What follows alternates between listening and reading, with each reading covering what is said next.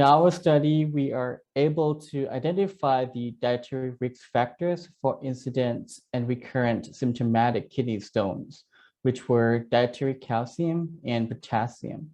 So my name is Dr. Appy Shirshrat. I'm one of the internal medicine residents at Mount Auburn Hospital in Cambridge, Massachusetts.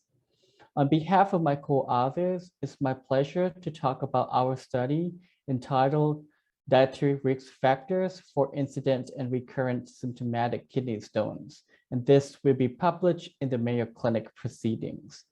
So in our study, we aim to compare dietary factors between incident symptomatic kidney stones and controls.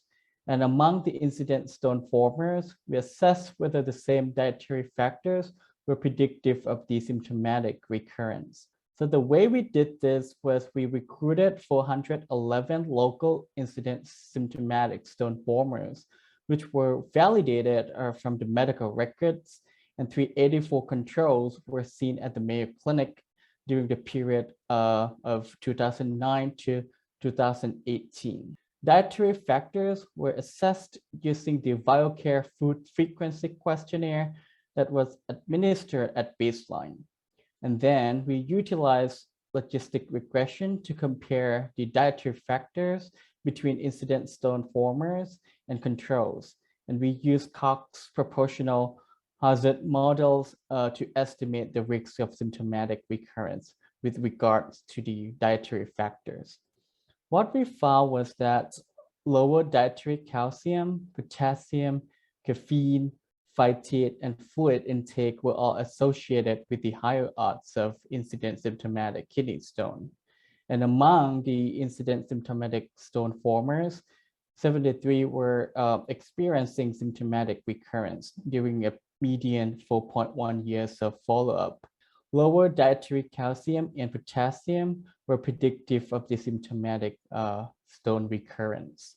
Our research is of particular importance as recommendations for preventing symptomatic recurrent kidney stone have largely based upon the dietary factor associated with the incident rather than recurrent stone formation. Moreover, patients are not likely to adjust their diet just to prevent the incident kidney stones, but may be more eager to do so to prevent a symptomatic recurrence. We know that symptomatic recurrence leads to severe pain, need for expensive medical care, and surgical interventions. So it is more important to target the incident stone former in order to prevent the symptomatic recurrence. In terms of the next step for research is that we hope that we have more data regarding the stone compositions, so we can personalize the recommendation based upon their stone composition and their metabolic profile.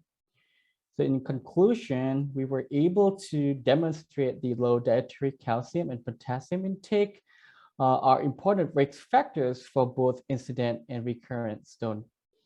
So we recommend daily intake of calcium approximately 1200 milligram and diet high in potassium, especially vegetables and fruit, in order to prevent both incident and recurrent symptomatic kidney stones. And thank you for your attention. We hope you found this presentation from the content of our website valuable. Our journal's mission is to promote the best interests of patients by advancing the knowledge and professionalism of the physician community. If you are interested in more information about us, our homepage is www.mayoclinicproceedings.org. There you'll find access to information for our social media content, such as additional videos on our YouTube channel or journal updates on Facebook. You can also follow us on Twitter. More information about healthcare at Mayo Clinic is available at www.mayoclinic.org. This video content is copyrighted by Mayo Foundation for Medical Education and Research.